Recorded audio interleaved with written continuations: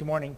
I am really excited about this pure source energy that you're talking about the liquid love, that feeling of soaring.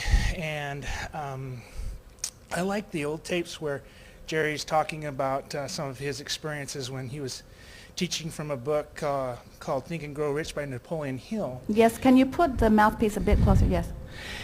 And in this book, he had one particular chapter that he kind of shied away from teaching. It was on sexual transmutation. And yes, Jerry always left that out.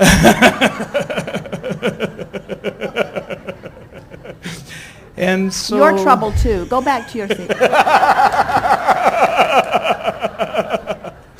Well, the idea, my question is in that moment of joy when the anticipation and the passion and the deliciousness of that experience is approaching and cultivating and just expanding, is there a way to take that energy when you're not in that experience, access it and utilize it toward furthering your creative endeavors? Well, it's not necessary that you do that because sexual energy and creative energy is the same energy. In other words, the point of Napoleon Hill's chapter or segment on sexual transmutation is this. He wanted to find a subject that most people would have some personal experience in understanding. So he chose that one because the precepts or the basis of that experience that so many people understand, they might have to reach far back into their memory to regurgitate it, but so many people have had the experience somewhere along in their life experience, is it was a time of focused desire. It was a time of specifically focused desire and an environment of allowing. Now, Napoleon Hill did not speak it in the words that we are speaking it here, but we're wanting to bring this deliberate creative process back into the arena that there are the components of desire and allowing. In other words, those are the two components that must be present in the successful creation of anything.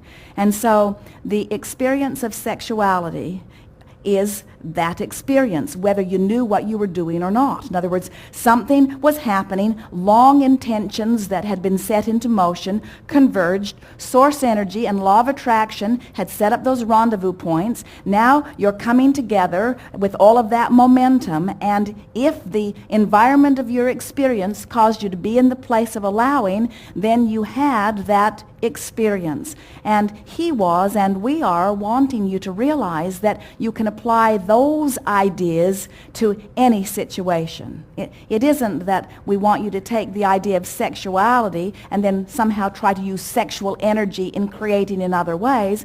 Energy is energy, whether you apply it sexually, whether you apply it financially, whether you apply it spiritually, whether you apply it to plant your garden or to ask the armadillo to leave your garden. In other words, it is the same energy.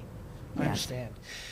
So what you're saying is that pure, delicious source energy, that feeling of liquid love, in any moment is being accessed and utilized to its full potential based on just wanting to look at something and focus upon it and it being expanded. Anytime you focus, you have the ability to summon that energy. And anytime you allow it, you have the ability to bring it to a crescendo that is orgasmic in nature. Exactly. Yes. Okay. And one more question Jerry asked a long, long time ago. I want to see if your answer is still the same. He asked,